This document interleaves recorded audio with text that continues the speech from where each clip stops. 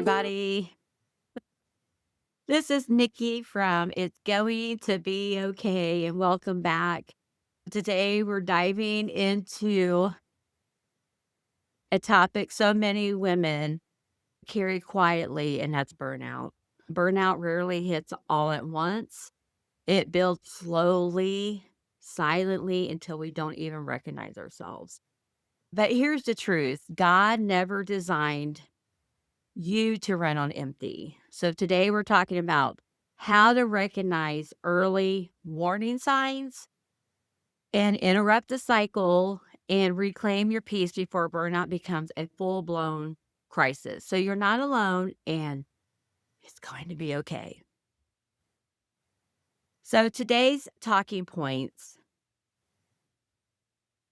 is I've got 5. So what burnout really feels. Psalm 61:2. When my heart is overwhelmed, lead me to the rock that is higher than I. So when my heart is overwhelmed, lead me to that rock that is higher than I. Burnout feels like emotional numbness or irritability. So do you find yourself being more irritable or just numb?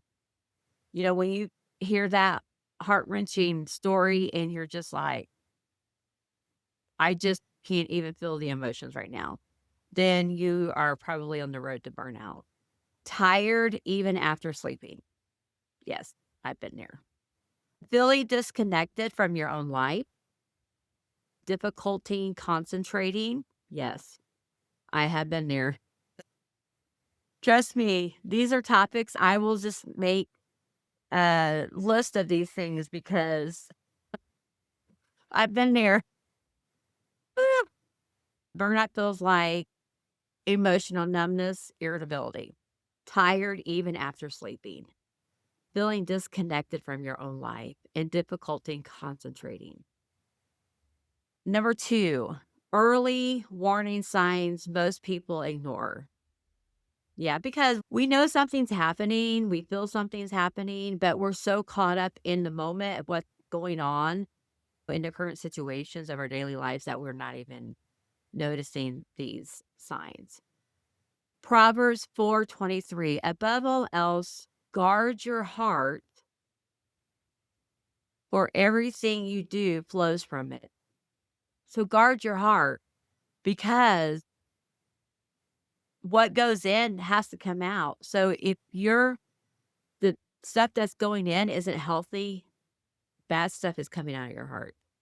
And that's where that's the essence of our soul. That's the essence of our being, of our life. So you stop enjoying things that you used to love. You dread even simple tasks. You withdraw from your friends. You even withdraw from your faith or even even if you don't have a religion that you follow, you might have, maybe you're someone that does like yoga or something like that, and you don't even do that anymore. Your self-care becomes inconsistent. I've talked about that consistently. You're not even washing your hair or doing deodorant, brushing your teeth, stuff like that. So these are early warning signs that most people ignore. You're like, yeah, I'm not gonna wash my hair today. That's no big deal. That's a early warning sign that you just might be ignoring. So above all else, guard your heart. Everything you do flows from it. So number 3, with interrupting burnout with recovery steps. Matthew 11:28, come to me, all you who are weary and burdened, and I will give you rest. So I love this scripture because it just reminds me that even when I'm tired or weary, I may not be tired, but I'm just wearied with the things that happen in our life. Currently going through some things with family, and it has just made me so wearied and so distraught. And I'm sorry, but my dog is right here, and she does this thing where she's just smacking her lips and her jaw and her gums, and but anyway, and it has just made me so weary that I just can't.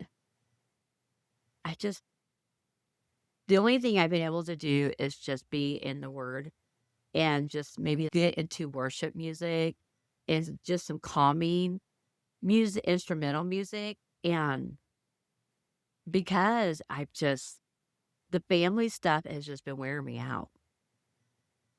So, interrupting burnout with recovery steps. So, what does this mean? So, the burnout, so when you recognize that you are about to ready to just in a burnout, what's a burnout? So, you pause and acknowledge what's draining you. So, I paused and acknowledged, oh, this family thing that's happening is draining me.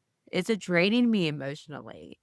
So what I do is I rebuild rest into my routine. So I have built some extra rest into my routine, asking for a little bit of extra time off.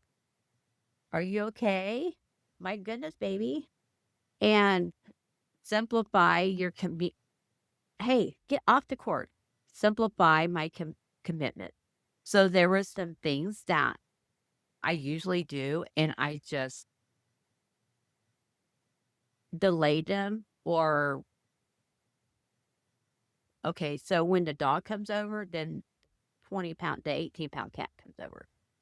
Just delayed some of my commitment and to give me some extra time because I knew that I was struggling with the family things that was going on in our lives. And then reconnecting with God through quiet time. Like I said, I did some extra getting into the Word and then making sure that I did go to the church service because sometimes I'll just blow it off, not because I just don't want to go, just because that's the only time my husband and I have the day off, and he doesn't go to church. He doesn't worship with me, and I just want to spend time with him. And so I made sure that I did go yesterday so that I could worship. And I like worshiping with my church family because worshiping with a whole body at church is it's a wonderful thing when you're all in tune together and you're singing and praising God. It's a wonderful thing. And I love doing that. So Matthew 11:28, come to me all you who are weary and burdened, and I will give you rest. And when you go to God and you pray and you get in his word and just worship with him, he gives you the rest that you need. So number 4, setting emotional boundaries. So yeah, setting emotional boundaries. I actually had to do this and last week, and it wasn't pretty. It wasn't I have not ever had talked to this person in this manner, and it really distraught me and upset me, but I had to set that boundary. So Isaiah 26:3, these animals, they are so spoiled. Isaiah 26:3. You will keep in perfect peace those whose minds are steadfast. So to have perfect peace, you will keep in perfect peace those whose minds are steadfast. I should look that up. Let's look at that scripture fast. Because when I was reading it earlier, it didn't catch me. Because I try to pull up things that are beforehand that I think that might not, may not be able to explain. And so I have this, I don't know if you've ever used it, the BibleRef.com website. It is amazing. I love it. So you could put in the Bible and then the chapter and verse if you have a question about a verse. So Isaiah 26:3. So this is one of the most famous and loved verses in all of the book of Isaiah.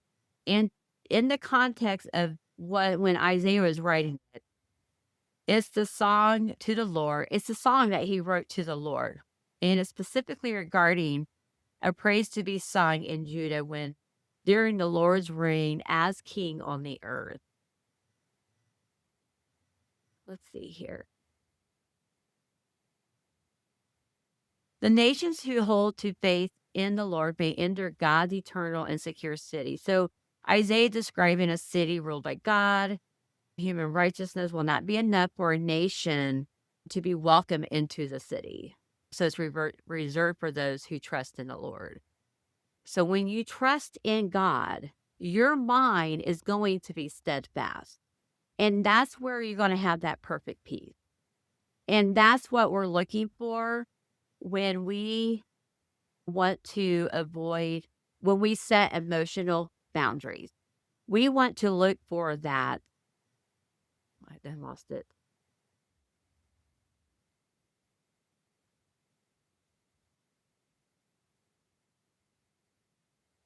So when we're trusting on Him, we're going to have that perfect peace and be steadfast in Him and have a clear mind. And so when we say no without guilt, protecting your mental space, choosing peace over people pleasing, and releasing what God never asked you to carry. So saying no without guilt. I have trouble saying no to people. I will do things for you until the cows come home, till pigs fly. And that's not healthy. Sometimes I say no when I put other things to the back burner. And I can't do that. So I have learned to set boundaries. If I already have prior commitment, I have to say, I can do this during this time, but I can't do it during the time that you are asking me to do it. And I really have to tell my boys no. I have 3 boys. I call them my boys, but they're men. They are grown, but I will still bend over backwards to do anything they ask me to do. But I have a husband now, and my priority is first to him. So I have to remember that he comes first, and then they come second now. And I've had to learn to do that. I don't like it, but I my priority is to my husband first. So I have to protect my mental space. You need to protect your mental space. If doing this request is going to cause you anguish, you need to say no. You cannot say yes. You absolutely cannot say yes to that request. You cannot do it. I don't care what it is, you cannot do it. Choosing peace over people pleasing. Do not say yes if you are not going to have peace. My life coach says over and over, you have got to protect your peace. Once you get to a place of rest, once you get your life in a non-chaotic, some kind of organized place of calm, you have to protect your peace. You cannot go back to doing things that is going to cause your home to be in chaos. So whatever it is you have to do, you cannot say yes to that thing that will put your home into chaos, no matter what it is. You cannot do it. Then releasing what God never asked you to carry. Do not pick up a burden that is not your burden to carry. Yeah. Do not pick up a burden that God never asked you to carry. God can take care of that. That is not your burden to carry. You can pray for that person, God, and you can ask God to send someone to that person to handle the situation. You cannot pick up that burden. That is not yours to carry. You already have enough on your plate to take care of. Do not pick up that burden. I know I'm talking to somebody here. I have picked up other people's burdens. It wasn't even my situation. I'm nosing myself into other people's problems, and I shouldn't have. And if you're doing that, you need to exit stage left, sister, and get out of there because it's not your problem. Okay? The only thing you can do is pray for them and ask God to lay his hand on that situation. Because when we have depression and anxiety and other situations going on in our own lives, we do not need to be picking up more problems than we can handle. We've got enough on our own plate. Isaiah 26:3, you will keep in perfect peace those whose minds are steadfast. Now, what was that? So perfect peace is not a state without any anxiety at all, or one where life is always easy and perfect. The prophet is describing internal peace. This would be a feeling of of confident contentment, independent of the circumstances. It is a mind focused on trusting the Lord to provide all that is needed in the present, the future, and for salvation. People think that when you have perfect peace, that you don't have problems, you don't have anxiety. That's all life. That you're still going to have that situation. But to have perfect peace, that is something separate. You're still going to have life issues.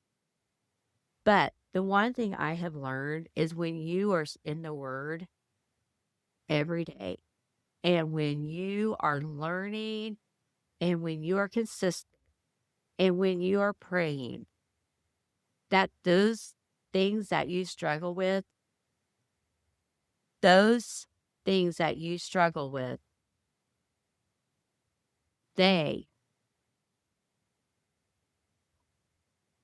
you are prepared to handle them. You are prepared to handle them. And you don't have any matters. You don't have any other issues at all. It's just wonderful. Okay, so number 5,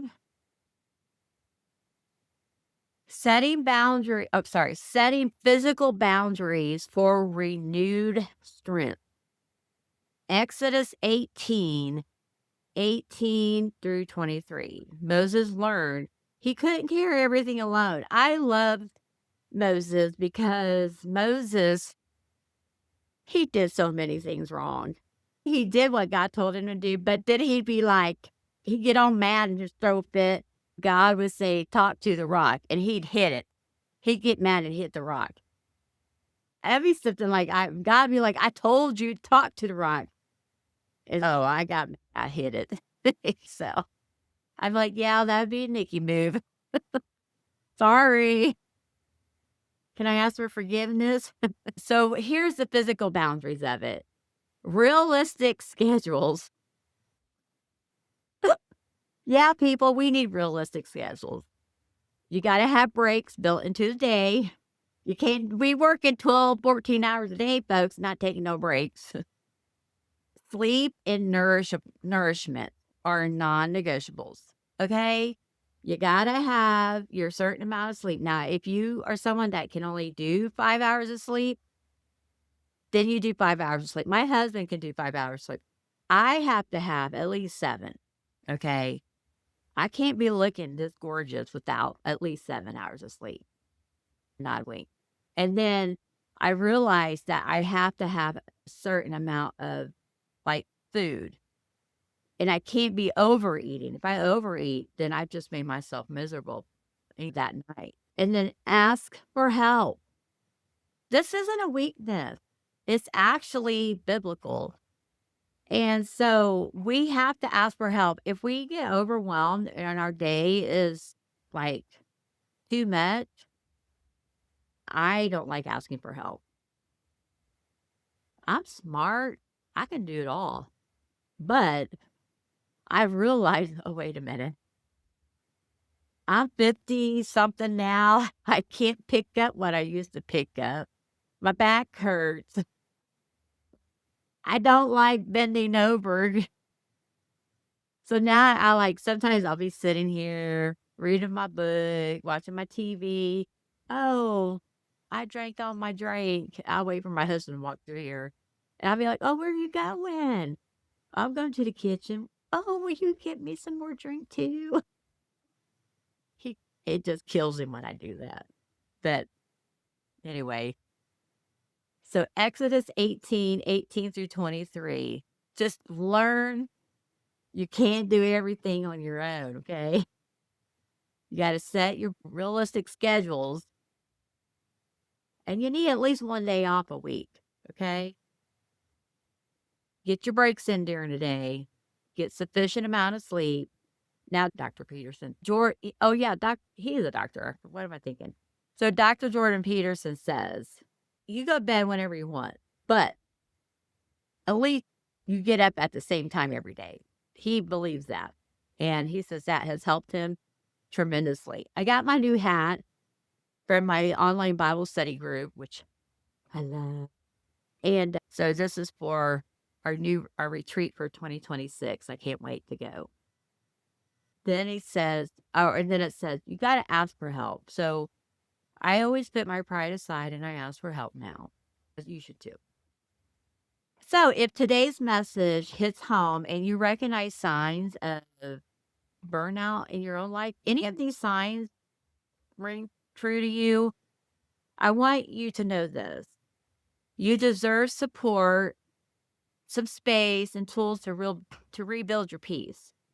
So if you're ready to go deeper, I invite you to apply to my Christian life coaching program. It's free, where we meet weekly, distraction free, and we create a plan that works best for you, and it brings life back into your alignment with who God created you to be. And you don't have to push through this burnout alone. Healing is possible. And don't forget, it's going to be okay.